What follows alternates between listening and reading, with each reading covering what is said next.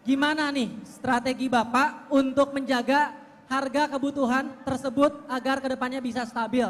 Agar pedagang ini bisa untung terus. Begitu Pak. Silakan dijawab dalam waktu 2 menit. Iya, ini kayak debat tadi malam ya. Nggak apa-apa, nggak apa. Kalau jawabnya 10 menit nggak selesai nanti urusannya ya. Jadi terima kasih. Pertama, kita mengalami tahun baru, lebaran, itu tiap tahun. Bukan sesuatu yang mendadak, betul kan? Jadi sebenarnya langkah yang harus dikerjakan adalah menyiapkan sejak awal bahwa akan ada lonjakan permintaan di bulan Ramadan menjelang lebaran, apalagi ketika saat lebaran. Lalu yang kedua, ketika akhir tahun juga akan ada lonjakan, sehingga produksi ditingkatkan sejak awal.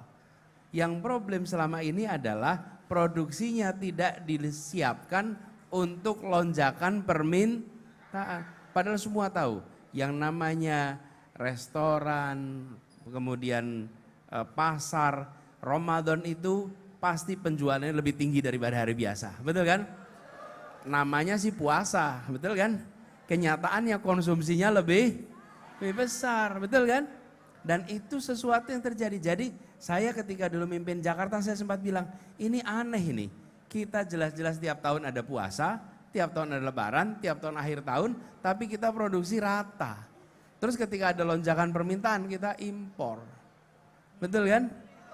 Nah, jadi strateginya ini tidak bisa dikerjakan oleh pemerintah daerah, harus pemerintah nasional.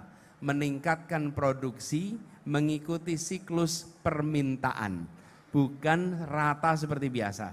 Yang kedua, caranya bagaimana membuat bahasa yang biasa resminya namanya kontrak farming.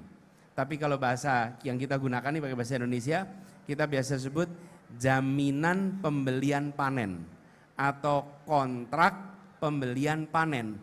Jadi petani ketika mereka bercocok tanam, dia sudah memiliki kontrak bahwa akan ada yang membeli hasilnya. Sehingga selama dia bercocok tanam, dia tenang. Itu namanya kontrak hasil pertanian. Nama resminya kontrak farming. Bukan buruh kontrak, tapi petaninya. Kami sudah mengerjakan di Jakarta. Apa yang terjadi? Petani itu membentuk, kan ada Gapoktan ya, gabungan kelompok tani. Kita berkontrak dengan mereka selama 5 tahun. Jadi selama 5 tahun petaninya hidup tenang. Karena dia tahu akan ada DKI yang membeli hasil pertanian. Dengan kontrak itu dia bisa kredit alat-alat pertanian.